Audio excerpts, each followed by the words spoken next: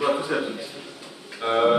Je suis là pour vous présenter un projet qu'on développe au sein d'Aigo.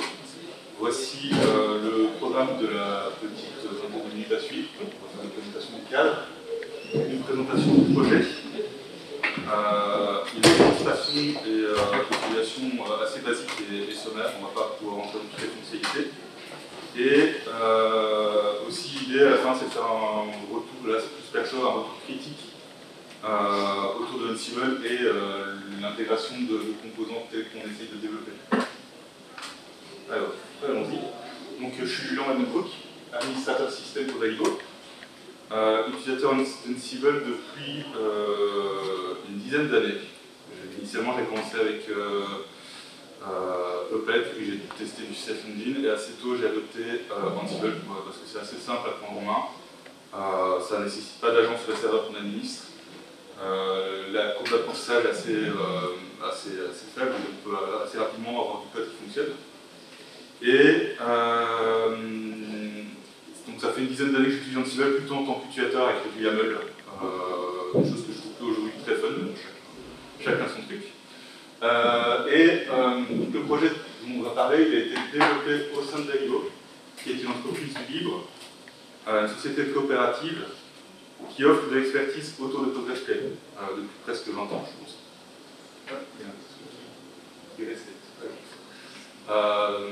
Je pense que c'est l'année prochaine, les 20 ans d'Aigo, et on recrute. Donc on va parler de PGIFT. PGIFT, c'est un projet écrit en Python, indépendant ou presque des outils d'automatisation, dans le sens où c'est une librairie Python, sur lequel on a plusieurs interfaces qui peuvent venir se greffer.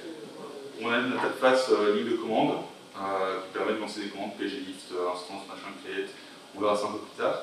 Une interface Ansible qui vient aussi se greffer sur cette librairie, qui permet d'avoir des différents modules pour pouvoir piloter des ressources, autour de PostgreSQL, créer des instances, des rôles, etc.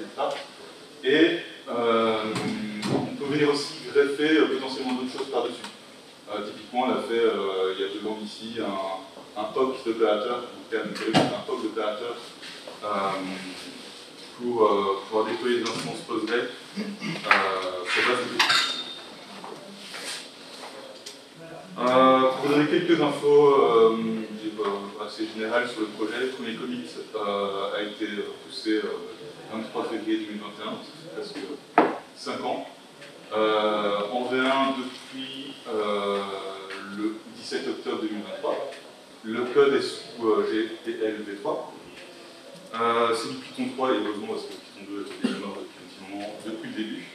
Et aujourd'hui, si on se concentre sur la partie ligne de commande interface, ça représente 16 000 lignes de code. Je ne parle pas des différents tests et pour plus ou moins 3642 commits. En fait, ce projet il a été développé au sein d'Aigo parce que c'est basé sur un constat qu'on a fait d'un produit qu'on vendait déjà qui s'appelle le socle 20, qu'on appelle en interne le socle 20, qui était une collection de scripts Ansible pour déployer et manager du PostgreSQL. Le cycle de vie du projet montrait certaines faiblesses, certains problèmes au niveau de l'architecture, ce qui empêchait de faire évoluer le produit. Et il y a 4-5 ans ici, on a décidé, mes collègues ont décidé, moi à l'époque je ne participe encore pas vraiment au projet, de réécrire le projet sur des bases un peu plus saines pour pouvoir maîtriser un peu plus ces technos et donner des effets d'autres fonctionnalités comme les interfaces Ansible et autres. Donc ça fait partie d'un produit qu'on appelle le socle au sein d'Aigo. Donc le produit socle c'est PGIFT plus d'autres composants, des collections Ansible, de la documentation, du travail d'intégration de ce composant au sein des clients. Et il y a plus d'infos qui sont disponibles là sur les différents liens que j'ai mis à disposition. Moi, ce que je trouve assez intéressant quand on découvre le projet, c'est la documentation qui est très riche. Je peux connecter Internet, je ne peux pas la connecter Internet.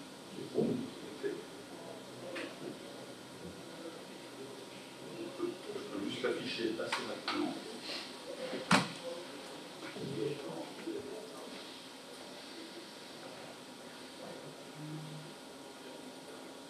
Vraiment une documentation qui était pensée et développée dès le départ en fonction de l'évolution du projet, qui est c'est assez complexe. Ce qui est pas mal, surtout dans les entreprises. Et un autre point que je voulais aborder, c'est les contributeurs. Donc là, on est pas encore dans le technique, on va rentrer dans le technique un peu après. Donc aujourd'hui, les contributeurs visibles qui ont des commits sur le projet, c'est surtout des membres de LIGO. On a une personne externe qui nous a accompagnés au début, qui n'était pas membre de LIGO, mais qui était missionné par LIGO pour nous épauler là-dessus. Et on a aussi des contributeurs, je dirais, invisibles. Typiquement, c'est les personnes qui travaillent au sein de LIGO et qui intègrent la solution chez nos clients. Mais nos clients aussi qui font des retours, des remontées de bugs, des idées pour l'évolution du projet. Le projet il a été écrit majoritairement à Toulouse. Le notre principal qui est dans la salle et qui a architecturé et écrit, je dirais, presque 80% du projet. Mais aussi de façon distribuée principalement depuis la France. Moi je suis en Alsace, j'ai des collègues qui sont ailleurs en France. Comment c'est un développement transparent. En général, on essaie de documenter un maximum de choses au niveau du projet GitLab qui est public et ouvert à tous et à tous. Du coup, c'est quoi le périmètre, c'est quoi la cible? L'idée, c'est de pouvoir déployer des instances PostgreSQL, mais aussi des composants satellites. C'est ce qu'on appelle une instance au sein de PGIF. On parle de PGIF, des instances. Dans notre esprit, une instance, c'est PostgreSQL plus du backup, plus de la supervision, plus différents composants. Et avec l'idée de s'intégrer et pas forcément de réinventer la roue. Est-ce qu'il y a des vraies questions, des remarques?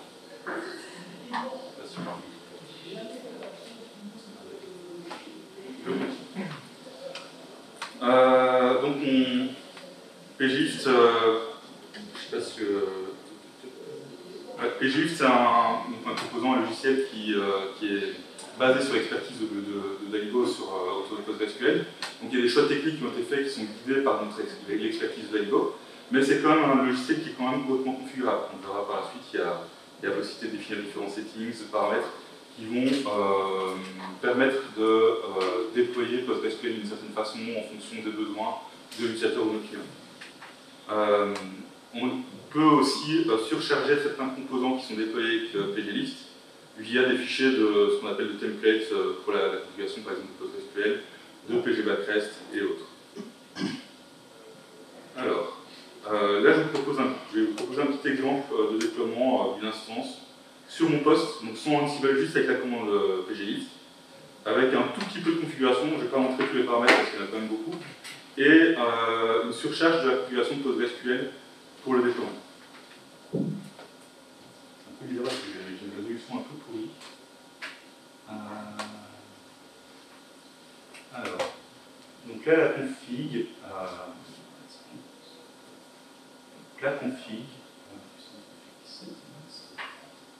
on va avoir un truc assez simple, on va utiliser systemd pour l'orchestration des différents services en mode user, donc on ne va pas avoir besoin de root, là c'est mon utilisateur qui va pouvoir lancer des services avec systemd. On va mettre toutes les données qui sont relatives à nos instances, il ne faut pas faire ça en prod dans /tmp, c'est une mauvaise idée, mais bon, là c'est une développe. Et là on a toute une série de choses qui sont commentées, j'ai fait des tests ce matin, on ne va pas trop y faire attention. Et on a dans tout ce bazar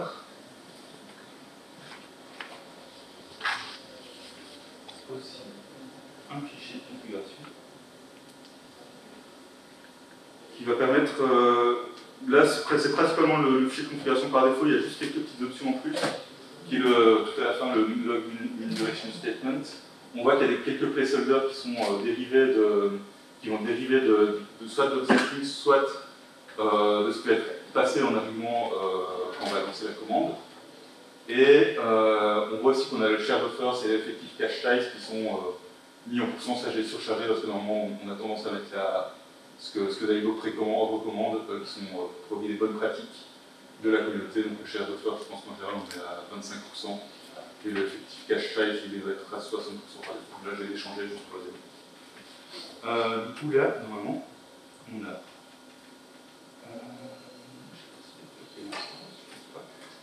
Donc, là, on part d'une configuration qui est vide, vierge, on n'a pas d'instance TF. Alors, on va pouvoir faire un PJ instance et CDL. version 14 de PostgreSQL et on va définir le port 5224. Ça va nous informer de toute une série de choses. Donc on voit que ça a fait de la configuration du système D, que ça a démarré une instance PostgreSQL et que ça a créé un répertoire pour les dumps, toujours une mauvaise idée dans ce HTTP. Donc maintenant, je fais un PJ. Liste, notre instance, et je vous montrerai après la configuration qui a été appliquée. Donc il y a le log migration statement et le share buffers. Si je remonte le share buffer dans les paramètres, on voit que c'est défini en %, ce n'est pas un truc normalement valide en PostgreSQL. Normalement c'est en méga, bon, c'était bref, une taille mémoire classique. Et normalement si je fais PJ,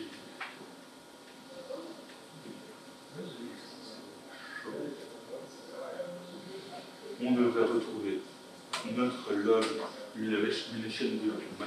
migration statement qui a 250 millisecondes, notre effectif cache size à 3 GB et un share buffers à 1 GB.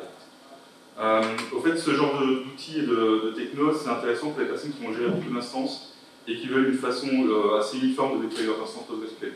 En gros, vous définissez vos settings à un endroit, votre configuration de template à un endroit, puis vous pouvez créer des instances de façon uniforme et assez facile. Toujours avec le même genre d'outil, une ligne de commande qui est assez, moi je trouve assez élégante dans le sens où il y a une certaine cohérence, une certaine logique qui est en tout cas respectée. On essaye d'avoir une certaine logique et d'avoir un truc assez uniforme. Le truc intéressant dans l'exemple qu'on vient de voir, c'est... Ah, j'ai été trop loin, excusez-moi. C'est comme je l'expliquais, il y a des systèmes, des units système D qui ont été déployés. Si je fais ça, on devrait voir qu'il y a une unit système D.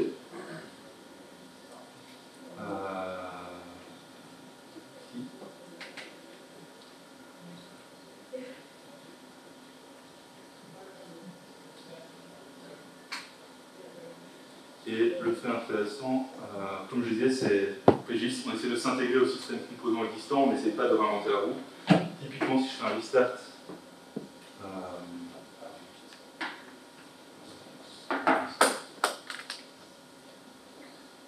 on va voir que ça fait ce Fiapo appelle un système de fait.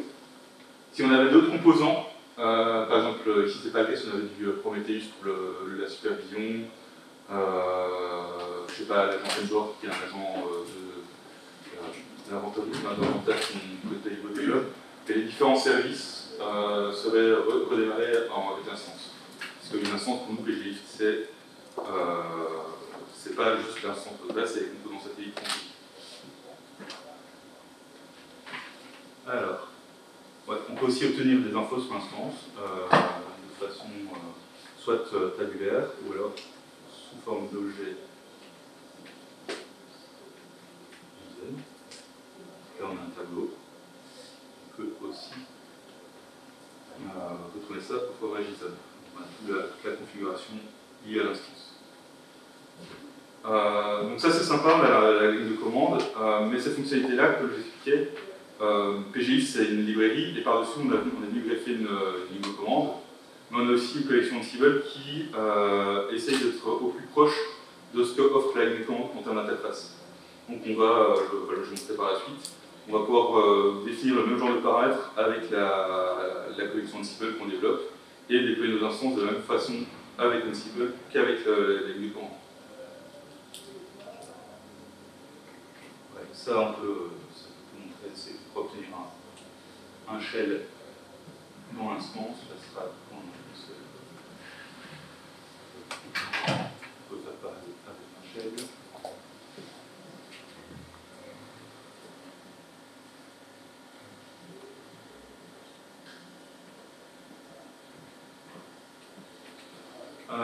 Ouais, l'interface offre aussi l'interfacing de commande offre aussi la possibilité, et c'est pareil pour Ansible, d'éditer la configuration et de gérer soit de façon automatique ou non le redémarrage de l'instance. Là par exemple, si je fais un edit de l'instance PostgreSQL, de configuration. Il demande faux. Il va redémarrer si nécessaire. On verra. Ok. Idem, on a aussi, je ne vais pas montrer toutes les commandes, mais je peux vous montrer l'aide à Postcom. Donc on a de la gestion de configuration, des rôles, des bases, du PGAVA, donc qui est le fichier qui permet de gérer les accès à l'instance. Et si on regarde un petit peu l'aide qu'il y a pour l'instance, on voit qu'il y a toute une série de commandes qui sont possibles. Et l'une qui est intéressante, que je vous montrer, c'est la possibilité de faire un update d'une instance. Donc là, il va me dire attention, on va faire un update. Donc là, c'est un exemple un peu bateau, l'instance étant vide, c'est pas forcément très probant comme exemple, mais c'est une façon de le voir. Et on peut voir qu'il y a deux instances, une en 14 et une en 16. Une qui est stoppée et une qui est runique. Ouais. C'est juste la partie moteur qui est upgradée ou ça joue en même temps les DDD qui doivent être contenus sur cette instance, elles sont aussi migrées sur la... Là, on fait un peu jeu de grade, donc effectivement, les bases de données qui sont contenues vont aussi migrer. Oui, c'est vraiment sur la forme d'un jeu de grade. Là, je ne vais pas montrer les options pour que les jeux de grade sont un peu plus verbeux et affichent plus d'infos, mais c'est vraiment du jeu de grade, donc les données sont migrées aussi. Ok. Donc il n'y a pas après à refaire des DOM de côté pour les remporter. Comme je disais, on a une interface Ansible qui permet de gérer différents objets. On va en voir deux dans la démo que je vais faire. On va avoir une instance avec plein de paramètres et la création d'un rôle. Je pense que c'est un mauvaise touche à chaque fois.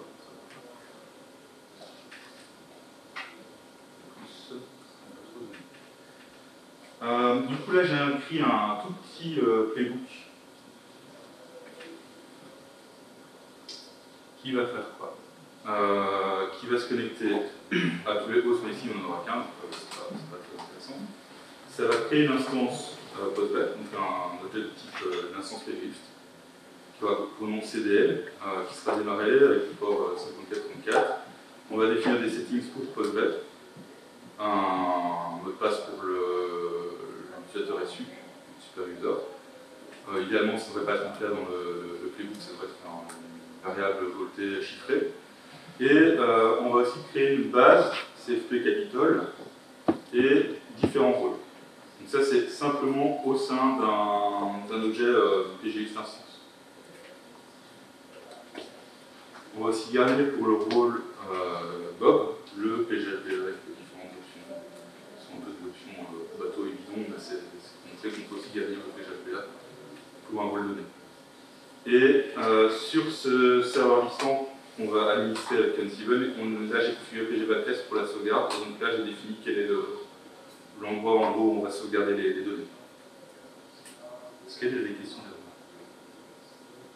Oui. Est-ce qu'on a le temps 5 minutes, c'est ça? Non, pas de questions là-bas?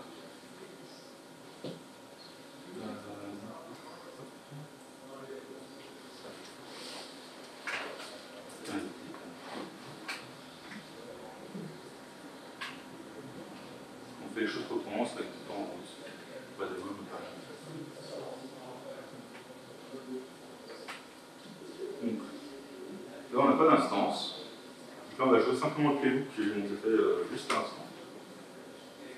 Et normalement, on va avoir une instance Postgres avec le backup configuré, des rôles définis et normalement des règles protégées.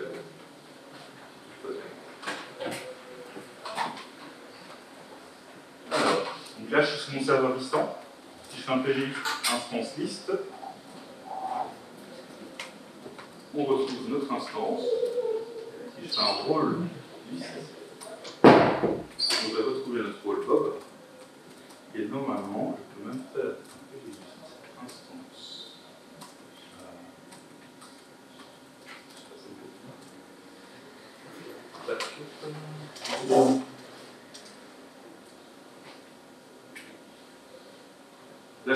manuel, mais en mode système D, normalement on a moyen aussi de mettre un scheduler en place des timers pour pouvoir gérer les backups automatiquement sur base d'un timer système D. Non, un backup, c'est lister les backups. On va retrouver le backup que je viens de faire à l'instant. Je vais accélérer parce que. Normalement, j'avais prévu de modifier l'instance qui est déployée avec Ansible. Mais en gros, si vous modifiez la définition d'instance et elle vous déployer, ça sera modifié, appliqué.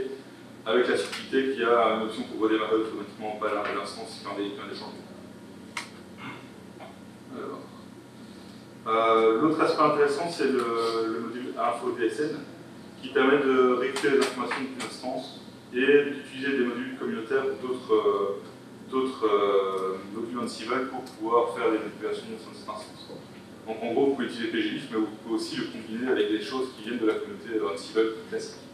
Ça, je peux montrer assez rapidement.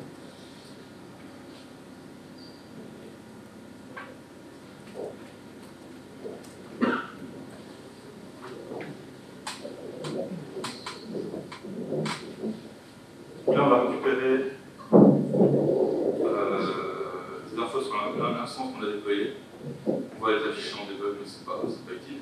Et surtout, on va faire appel au module communautaire Community PostgreSQL, PostgreSDB pour créer une base de données. On aurait pu utiliser le module PGList pour ça. Là, c'est juste pour montrer qu'on pouvait aussi combiner PGList et avec d'autres composants disponibles librement et publiquement.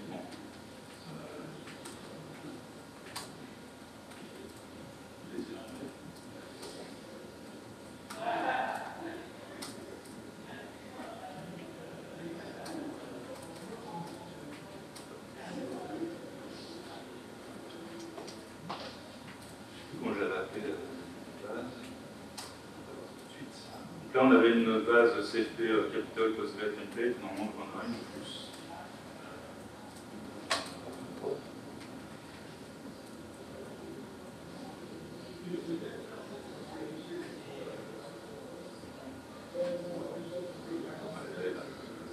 Ça s'appelle Use Postgres. Ok.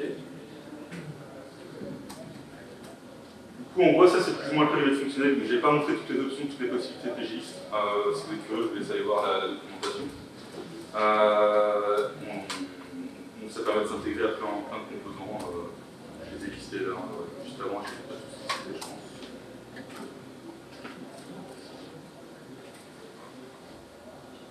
Et l'autre truc que je voulais faire assez rapidement, il reste combien de temps? Ok. C'est un rapide retour sur en fait, la communauté, l'écosystème Ansible. Et moi, ce que j'estime des difficultés ou des choses qui seraient peut-être améliorables, de par l'expérience que j'ai pu avoir avec les GIF. Je pense que c'est assez connu de tout le monde. Un des avantages majeurs, des plus gros avantages d'Ansible, c'est la simplicité pour écrire et lire des rôles. C'est du YAML assez simple à lire et à comprendre. Simplicité d'utilisation, comme je disais, il n'y a pas d'agent sur le serveur, on peut assez facilement déployer des choses avec Ansible. Il y a une forme de stabilité aussi. Ansible, ça existe depuis presque 12 ans, donc il y a quand même une certaine communauté, ça s'est bien construit, cette stabilité, puis en plus il y a Red Hat qui a racheté un truc, il y a beaucoup investi dedans. Il y a pas mal de collections de modules, j'insiste bien, communautaires intéressantes, avec par exemple SQL. Et par contre, la chose un peu moins fun, c'est que Ansible, ça promet une certaine. Ça permet de fonctionner sur pas mal de plateformes, ce qui est bien à côté. Mais aussi, on souffre en tout cas, quand chaque fois que j'ai dû mettre les mains dans le code Python pour des trucs communautaires ou des trucs perso, le fait de devoir supporter des vieilles versions Python. Je pense que jusqu'à récemment, Python 2.7 est encore supporté par Ansible, je pense que c'est encore le cas pour certains composants. Le fait que le code Python qui est développé dans certains modules, par exemple Community PostgreSQL, n'est pas réutilisable. C'est pas un truc qui est conçu pour pouvoir assembler des composants, utiliser sa librairie. C'est vraiment du code qui est très spécifique pour Ansible et je trouve ça un peu triste, un peu dommage. Un des trucs que je trouve négatif, c'est la diversité, le manque de cohérence au niveau des collections qui sont disponibles. typiquement, ce matin, j'ai fait une recherche sur PostgreSQL sur Galaxy, qui est un peu le hub de tous les différents rôles. Et je suis tombé sur 277 rôles différents pour PostgreSQL. Et en fait, il n'y a personne qui s'accorde pour écrire des choses en commun. Il y en a un peu, mais c'est pas beaucoup. C'est un peu dommage. Aussi, le montage de version des projets. Chaque fois que je vais lire la doc, je m'arrache les cheveux pour comprendre quelle version d'Ansible est compatible avec quelle version d'Ansible Core et quelle version de Python, machin. C'est un enfer. C'est comme ça. Et aussi, le dernier truc que je vais faire, c'est un retour perso sur moi, ce que ça m'a permis de découvrir le fait d'être impliqué dans le projet PGIF. Très clairement à penser à jeu Python plus professionnel. Un mix à Min 6, parce que moi à la base je suis à Min 6, peut-être quelque chose d'intéressant. C'est vraiment un équilibre sympa. Le passage d'écriture de YAML avancée à l'écriture de script Python ou de code Python, c'est fini. Désolé.